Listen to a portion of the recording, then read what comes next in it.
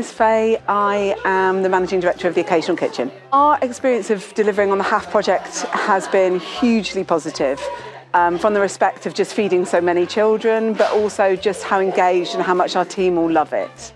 We started with a fairly traditional menu, so food that the children would be comfortable with and things that they would have experienced so far, but we are hiding vegetables in that food. So we've got traditional things like spaghetti bolognese and chicken pie and fajitas, things like that, but we're hiding about 3 or 4 portions of veg in every single dish.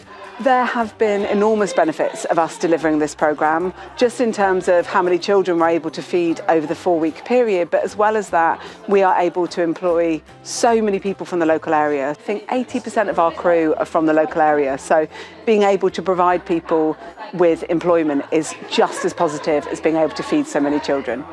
One of the most important things to us is that no food is wasted, especially at the moment when food costs are so incredibly high and the environmental impact of wasting food is so significant.